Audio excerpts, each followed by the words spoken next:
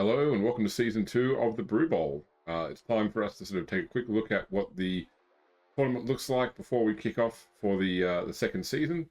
We've got more players, more NPC teams, a new way to play, new rules coming in, so should be a lot of fun. So first off, I'll just explain with the existing teams, they were given the choice to redraft. So there was a cap placed at 800,000 was the maximum they could earn. With that 800,000, they could then either rebuild their current team or they could go and build a new team. All the players decided to keep playing the same character, so to speak, but most of them have actually changed to new teams. So they were able to use the higher funds for the new teams, but if they did keep their existing team, they could actually rehire or redraft players that had skills. So using the rules from the Blood Bowl book, basically it costs the value of the player, including the new skills, plus an extra 20,000 for the agent's fee.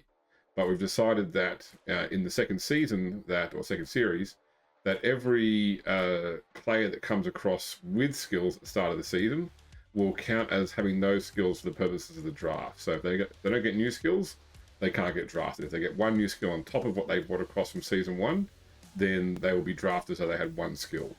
So it gives the players opportunity to invest more into powerful players and then not have them run away at the start of the first game. So let's switch over to the PowerPoint and I will run you through the teams that will be in the second series. So first off, we have the Ascalon Gladiators. So this is a player team. Fohammer, who played the Death Ripper Reavers in the last series, that's changed to Amazons.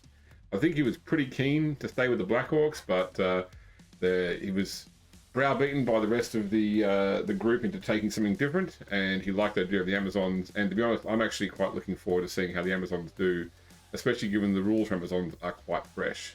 I've only played one game with the Amazon rules. It was a 2-1 victory over vampires, but I don't know if it was necessarily an optimal team. I simply took one of each positional, whereas in this case, Foham has gone with 2 of the strength 4 blockers, which is something new for the Amazons. Of course, Amazons lost block on all characters. Previously, they had 0 to 4 blitzers. They could have block and dodge. No one gets blocked by default now, but every character still gets dodge, even the linemen or linewomen. So given that Fohammer had a 720k budget to redraft, he's gone and brought in an 8-lady team along with a reroll, and has got a good chance to sort of see how the Amazons do in the second season. Now we'll go to a new player. Pondo the Mad from AP's channel is joining the league. He'll be playing the Axtotl Coatls, a Lizardman team.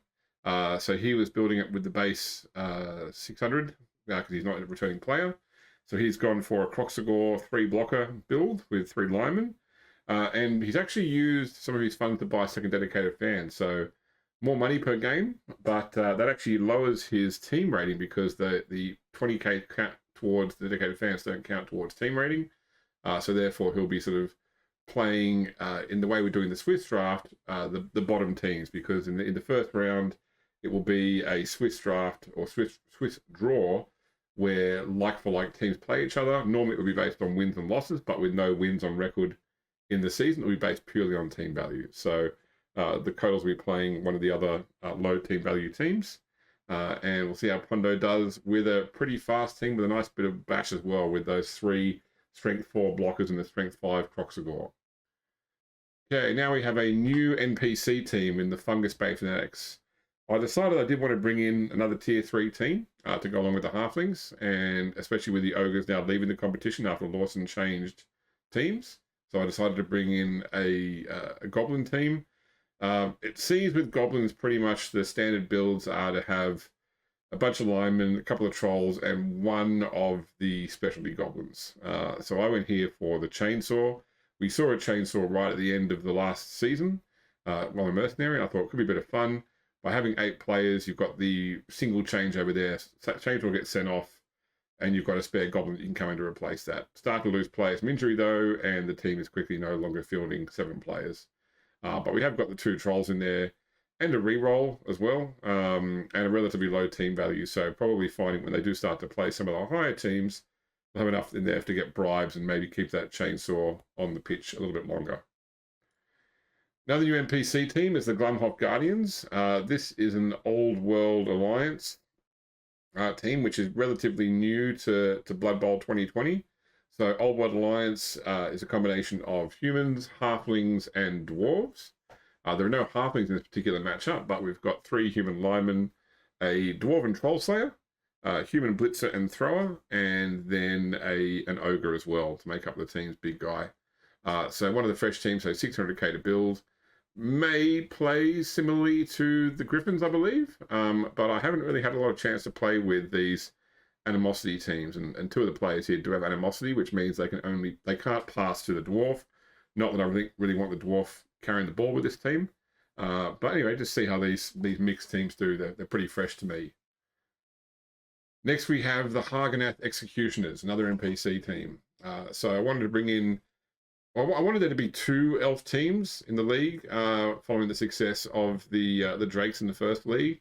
If another player brought in an elf team, I would have left this one out, but since no other elves were created, I decided to bring in a tier 1 dark elf team. I thought that was more interesting than doing an elven union or high elf team. So in this case, we've gone for the 2 blitzer and 1 witch elf build, along with a runner.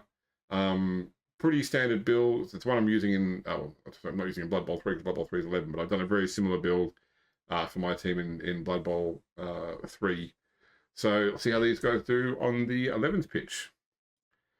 Now we've got the Jarls returning. Now they had about 760k to spend, I believe, but they had to obviously spend some of that on returning players who have skills, namely a lineman with kick and a Valkyrie with a safe pair of hands. So that would have been an extra 40k. So there must have been 750 total.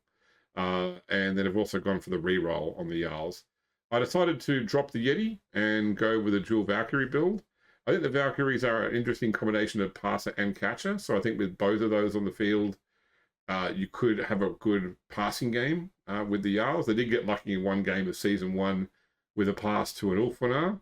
But I think that by having the 2 Valkyries, they could actually have a decent passing game and get over some of these bash-heavy teams.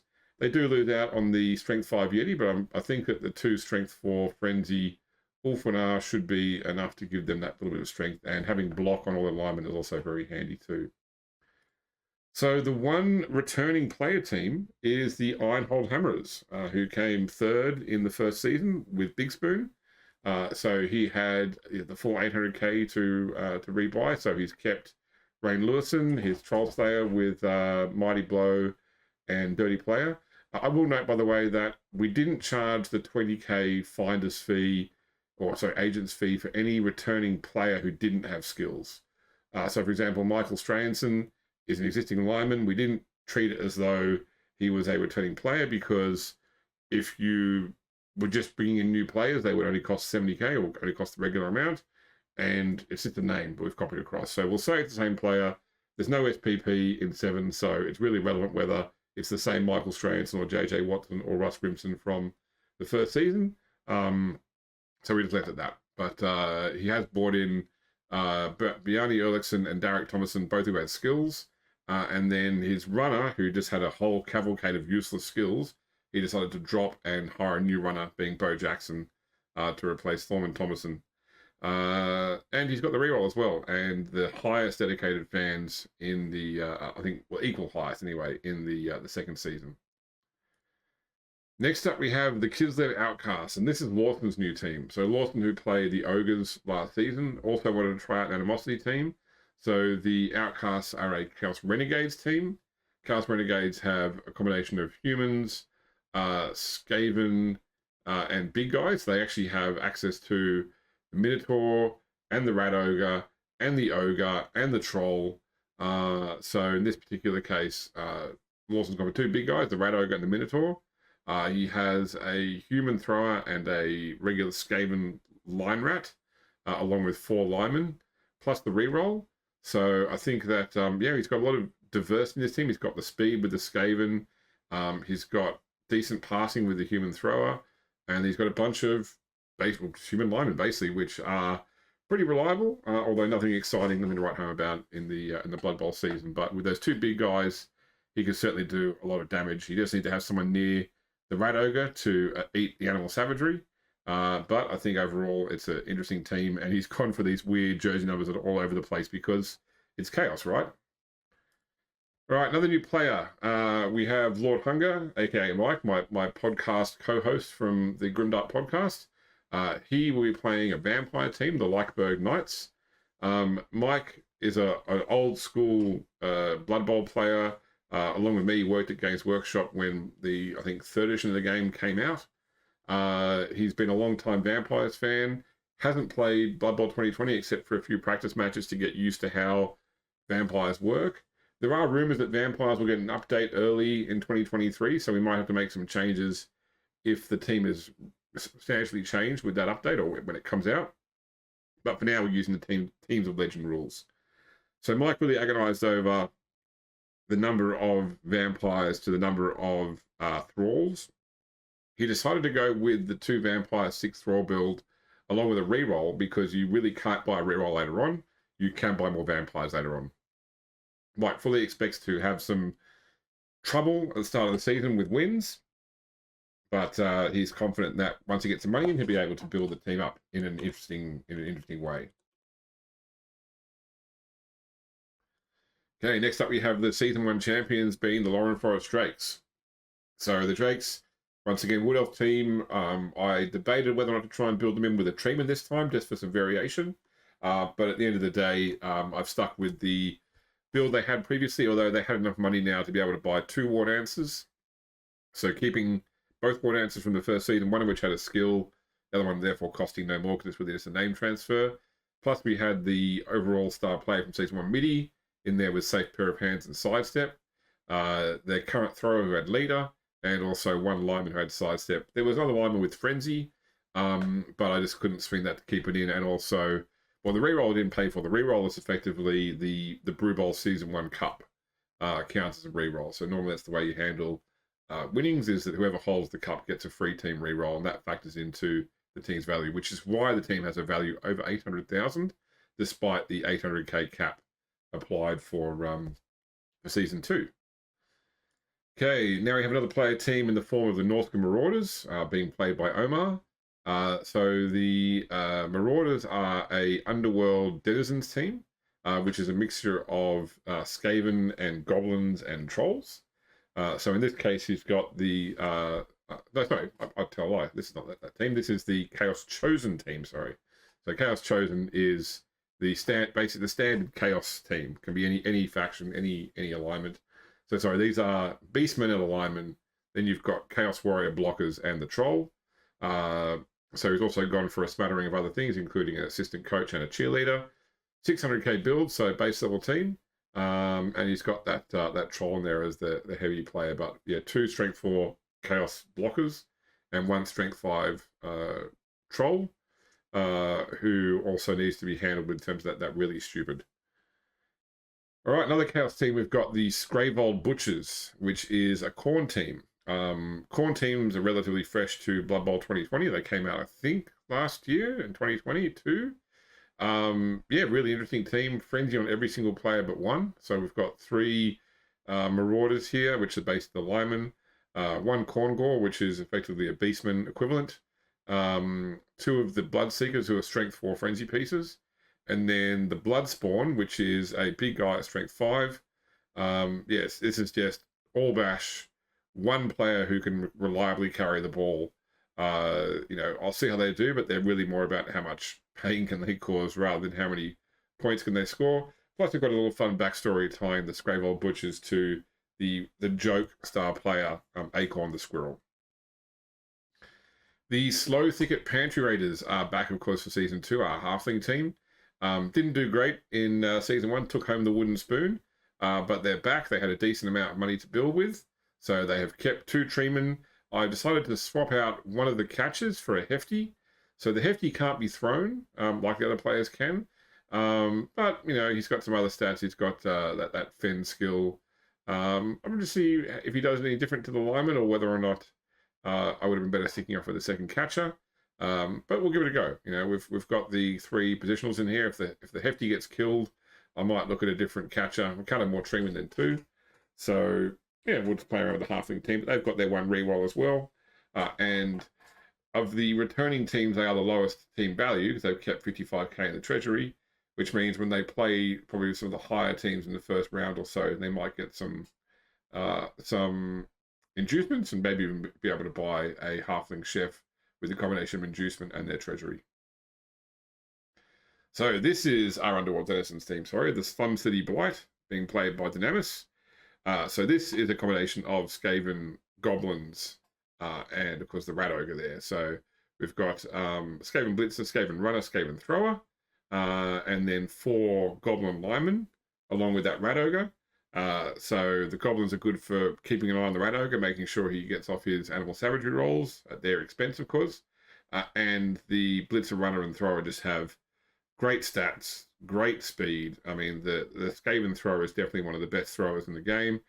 Unlikely to throw to a Goblin, unlikely to want to give the Goblin a ball anyway. So really, the ball we pass around between those 3 Skaven players, and the Goblins are there to be able to create flak on the field and to keep the Rat Ogre functioning as well. So should be a fun team to watch when it makes it to the field in the first round and beyond. Then we've got the Talabecland Griffons, the returning Imperial Nobility team. I didn't like Imperial Nobility before playing them in Season 1 at the Brew Bowl. I quite like it as a team now. The fend on every single lineman is a bit of fun. Yeah, it takes a while for your opponent to go, oh, I can't pull up every single time. Plus, they had some games where they did really well. I think they got a 4-0 game in Season 1 against one of the NPC teams. So we really kept their build the same. 2 Blitzers, Thrower, and Ogre. We've just had enough funds in there basically to have a backup lineman as well, so they do have a bench. No reroll though. They're one of the few retained teams that didn't come back with a reroll. And then finally, Arthur, AP Gaming Real, has swapped out the Castle Wars for the Skaven with the Warpstone Enslavers. So he has gone for a Rat Ogre, Blitzer, Runner, Thrower, so basically one of each positional, along with 3 Line Rats. Plus he has 2 rerolls. So the only player in the game with 2 rerolls on top of any rerolls purchased through the RPG system, which I'll talk about more at a later date. But certainly, yeah, I think that Arthur did really well in that first season when he had Hakflem, and I think that he could have a lot of fun with the Skaven. He's been playing with Skaven in Blood Bowl 3 as well. So yeah, this could become a very high-scoring team, although probably likely to also eat some injuries as well. So let's talk about the first round draw. There are 8 games in the first round. Here are the first 4. These are basically the combination of returning teams and returning players. So these will be all the high team value games. So we've got the Drakes going up against the Gladiators. So Wood Elves versus Amazons. Foamer was certainly unhappy when he saw that he was placing the season champions in the first round. We've got the Kislev Outcasts versus the Ice Peak Jarls. So that will be Chaos Renegades versus Norse. So probably a bit of a bash heavy game there. The Enslavers will take on the Griffons. So Skaven versus Nobility. I certainly like the Skaven in that game. I don't think the Nobility have much answer to the Skaven speed and agility, and I think that the fend that the Nobility have as a little trick doesn't really matter much to Skaven, who aren't really big on blocking anyway. And then finally, the Ironhold Hammerers, the Dwarves, taking on the Halflings of the Sloe, Thicket Pantry Raiders. Number 3 team versus number 8 team from the first season. Should be walkover, but you never know with those halflings. And then the other half of the round 1 draw, which is the new teams, both NPC and PC teams. We've got the Skraevold Butchers taking on the Norscan Marauders. So Khorne versus Chaos Chosen. All chaos game, all bash, maybe a 0-all draw with lots of casualties. I don't know how it will go. We've got the Dark Hills of the Har Ganeth Executioners taking on the Axtotl Coatls, the Lizard Man team. So not a bash heavy game. Speed on both sides. Passing on the Dark Hills side, but with the opportunity for some skinks to get interceptions. Could be a very mobile game with lots of transfers of possession. We've got the Vampires, the Leicheberg Knights, taking on the Fungus Bay Fanatics, the Goblin team. Mike has had mixed successes playing with a vampire team with the 2020 rules, but I think he's probably played enough that he's got the hang of it. And we could see some pretty serious injuries coming the Goblins' ways. And then finally, we've got the Glumhof Guardians taking on the Sun City Blight. So this is the Old World Alliance taking on the Underworld Denizens. So 2 mixed teams. Could be an interesting game, but I don't really know which way that one will go. I guess we'll find out when Season 1 starts. So that is the summary of Season 2 of the Brew Bowl. I may come back shortly with a video to talk about the RPG stats, which have been heavily updated since the first season. Otherwise, probably in a few weeks' time, once I return from my travels to the US, we'll get the new season kicked off with the first round of games. There's also the Tool Play site, which I will link to in the description below, where you can check out and follow the results of the games, all the top players, which we'll also cover off in these videos anyway. But yeah, looking forward to getting Season 2 started, and I do hope that you'll join us as well. We'll see you then.